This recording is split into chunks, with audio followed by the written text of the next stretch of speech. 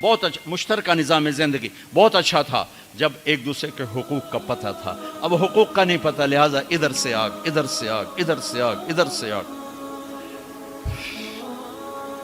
میں سر درد کا مریض ہوں، تھوڑی تھکاوٹ شروع ہو جاتا، فاقہ شروع ہو جاتا، تو میں روزے رکھنے کے لیے مری چلا جاتا ہوں کہ بھئی چلو کوئی ٹھنڈک، روزے کا لمبا ہونا اور ٹھنڈک شاید اس کو کچھ وہ بیلنس کر دیتا ہے، تو میں کچھ 3-4 روزے پھر بھی چھوٹ جاتے ہیں لیکن اکثر پورے ہو جاتے ہیں. تو بھوربن میں وہاں ایک جگہ میں ٹھہرتا ہوں، تو عصر کے بعد میں تھوڑا بیان کرتا ہوں معاشرت پر.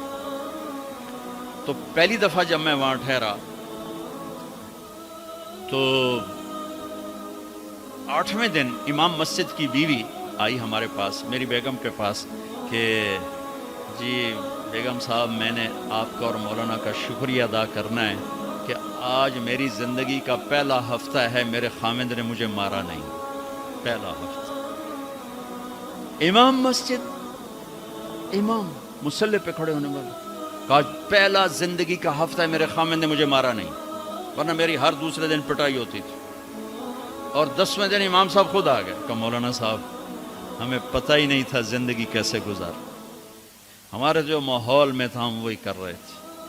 کہ میرے بہنوئی نے میری بہن کی ایک دفعہ ٹانگ توڑی، ایک دفعہ بازو توڑا، اور عالم دین ہے، عالم دین ہے. ہمیں کسی نے یہ بتایا نہیں تھا، ہم نے زندگی میں پہلی دفعہ یہ باتیں آپ کے منہ سے سنی کہ زندگی کیسے گزار. تو فرحان کی زندگی فتوے سے نہیں چلے گی کہ میں مفتی نعیم کا بیٹا ہوں، یہ تو حسن اخلاق سے چلے گی، میٹھے بول سے چلے گی. میرے نبی حضرت عائشہ کو لقمے بنا کے کھلاتے تھے، کوئی اظہار عشق تھا، اللہ کی قسم اظہار تعلیم تھا، تعلیم تھی. سکھایا کہ زندگی گزارنی کیسے. ان کو آٹا گوندھ کے دیتے تھے، چونکہ ابھی شروع میں ان کو آٹا گوندنا نہیں آتا تھا، تو آٹا گوندھ کے دیتے تھے. اور عرب بڑی بڑی بوٹیاں پکاتے تھے، تو حضرت عائشہ بوٹی اٹھا کے ایسے نوچتیں اور پھر رکھ دیتی. تو اللہ کے نبی بوٹی اٹھا کر جہاں سے حضرت عائشہ نے نوچا ہوتا تھا وہاں سے نوچ نوچ کے دکھا کے کھاتے تھے. میرے رب کی قسم اظہار یہ ہمیں تعلیم دی ہے کہ زندگی کیسے گزاریں. پھر بڑے بڑے پیالے ہوتے تھے پانی پینے کے، چھوٹے گلاس نہیں. چھوٹا گلاس تو بخل کی نشانی، اب تو اور چھوٹے ہو گئے کہ کپ کو گلاس بنا دیا. میرے بچپن میں مجھے یاد ہے اتنا بڑا گلاس ہوتا تھا، اور ڈیرے میں جتنے مہمان ہوتے تھے، کچی سڑکیں ہوتی تھی، مہمان کوئی ہمارے رشتہ دار یا دوست نہیں، راہگیر مسافر ہوتے تھے، ہر مہمان کو دودھ پلایا جاتا تھا رات کو. چونکہ جانور زیادہ ہوتے تھے تو ہمارا اکرام زیادہ سے زیادہ یہی ہوتا تھا، تو ہم سارے مہمانوں کو دودھ پلاتے تھے. تو ایک مہمان آیا ہمارے دادے کا زمانے کا، چاچا لال. اب گلاس چھوٹے ہو چکے ہیں، تو وہ جب نوکر نے دودھ پیش کرنے کے لیے نا آگے بڑھا تو اس نے گلاس دے کر کہنے لگا پتر میں نہیں پیندا. سمجھ رہے ہو پنجابی سمجھ رہے ہو نا، پتر میں نہیں پیندا. اسے کہا چاچا کیوں نہیں پینا ہے؟ کہ دو تو ود پیواں تے بے غیرت بنا تے دو نال میرا گزارا کوئی نہیں، لے جا.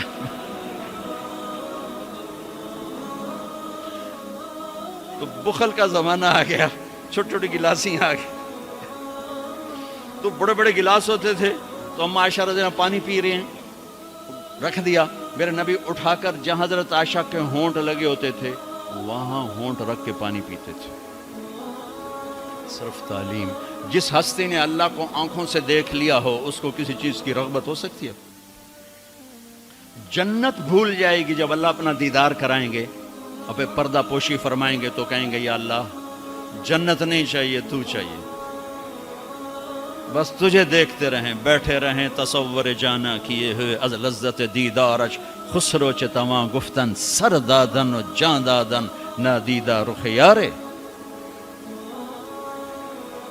امیر خسرو کہہ رہے ہیں کہ یا اللہ بن دیکھے تیرے لیے لوگ سولیوں پہ چڑھ گئے، اوروں سے چر گئے، چھروں سے کٹ گئے. بن دیکھے تیرے عشق میں جب تجھے دیکھیں گے تو کیا حال ہوگا.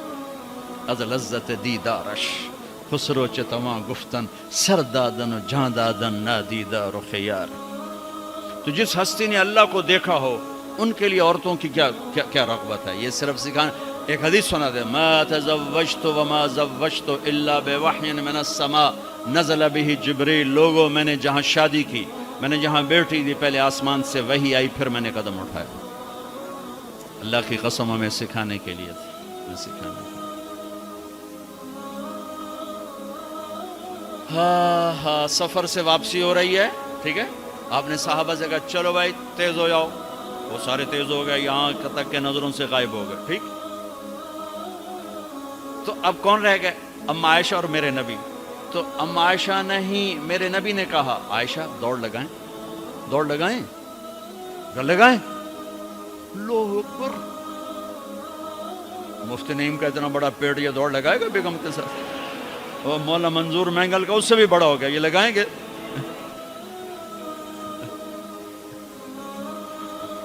تو عائشہ دوڑ لگائیں، کہا جی لگائیں۔ تو حضرت عائشہ فرماتی میں آگے نکل گئی لیکن ابھی پیچھے رہے۔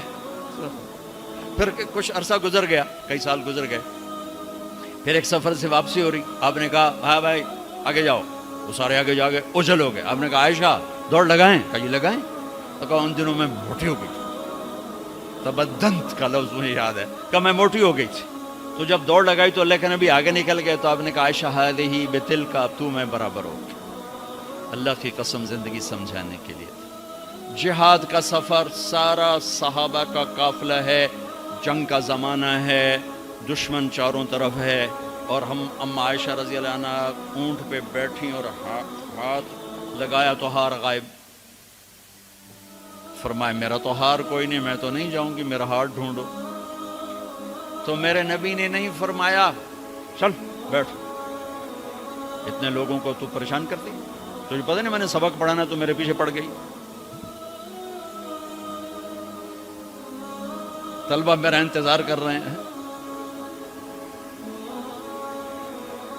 آپ نے کہا بھائی عائشہ کا ہار ڈھونڈو، سب ڈھونڈنے میں لگ گئے، شام ہو گئی، سورج چھپ گیا اور ہار نہیں ملا، اور اس کے بعد تلاش بند ہو گئی، اندھیرے میں کہاں ملے گا؟ اب کیا ہوا؟ پانی رات کو عشاء میں ختم ہو گیا، فجر کی نماز کا وقت داخل ہونے والا ہو گیا، اور پانی کوئی نہیں، تیمم کی آیات نہیں اتری۔ لوگوں نے ابو بکر کو تانے دینے شروع کہ تیری بیٹی کی وجہ سے اب نماز کا کیا بنے گا؟ ابو بکر غصے میں آئے اما عائشہ کے خیمے میں، تو اللہ کے نبی گود میں سر رکھے سو رہے تھے، اب آپ تو باپ تھے، تو آ کر اب بول تو سکتے نہیں، اور چہرے سے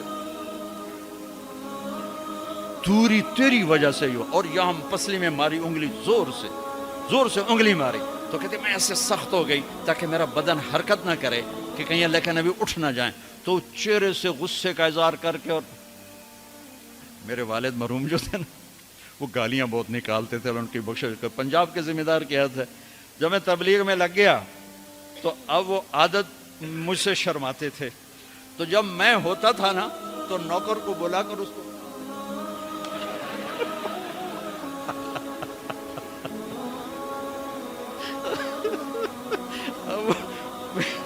جوانی کی عادت بڑھاپے میں تو جا نہیں سکتی تھی، تو پھر وہ آہستہ آہستہ گالیاں نکال اپنا کوٹا پورا کر لیتے تھے۔ تو ابوبکر صدیق رضی اللہ عنہ میں کہ کہیں بھائی اللہ کا نبی اٹھ جا کرتے رہو، انگلی مارتے رہے، تو اللہ نے آیات تیمم اتاری، اس موقع پر تیمم کی آیات پہلی دفعہ 8000 سال میں یہ ہونے لگا ہے۔ بھلا مٹی سے آدمی صاف ہوتا ہے اور گندا ہو جاتا ہے؟ اللہ نے کہا نہیں، فتیمم، چلو تیمم کرو۔ اب سارے صحابہ میں خوشی کی لہر، اور سعد بن عبادہ کہنے لگے اے آل ابو بکر، یہ پہلی تو نعمت نہیں ہے جو تمہارے گھرانے کے طفیل ہمیں ملی ہے، اس سے پہلے بھی بڑی نعمتیں تمہارے گھر کی طفیل ہمیں ملی ہیں۔ اللہ نے تیمم کی آیت اتار دی۔ میرے نبی نے قافلے کو نہیں چلایا، یہاں تک کہ حضرت عائشہ نے کہا اچھا یا رسول اللہ اب چلیں، ہار کو چھوڑیں۔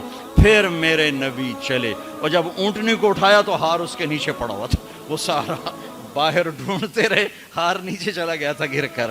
یہ میرے نبی کی زندگی ہے، یہ مینگل صاحب سے کہتا ہوں پڑھائیں، مفتی نعیم سے کہتا ہوں یہ زندگی پڑھائیں، کہ ان کی بیویاں ان کو دعائیں دیں، ان کے ماں باپ ان کو دعا دیں، ان کی اولاد ان کو دعا دے۔ وہ باپ نہیں ہے جس کو دیکھ کے بچے ڈر جائیں، وہ تھانے دار ہے، تھانے دار بیٹھو ہے۔ وہ استاد نہیں جس کو دیکھ کے شاگرد ڈر جائے، وہ تھانے دار ہے۔